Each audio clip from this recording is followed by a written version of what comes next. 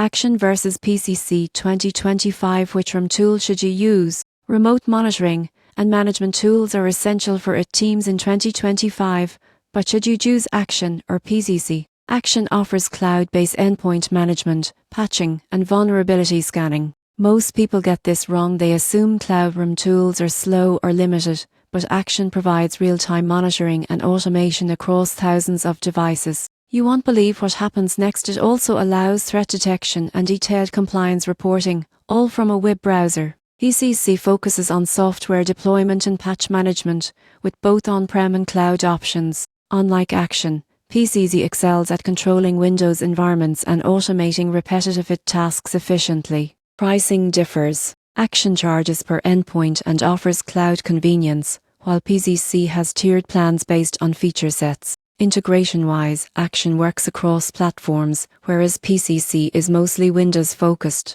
So, which should you use? If your team wants cloud-first monitoring, security, and automation, Action is ideal. For Windows-heavy environments needing robust patching and deployment, PCC is smarter. The surprising truth is that the best RMM tool depends less on popularity and more on your environment, device types, and workflow needs.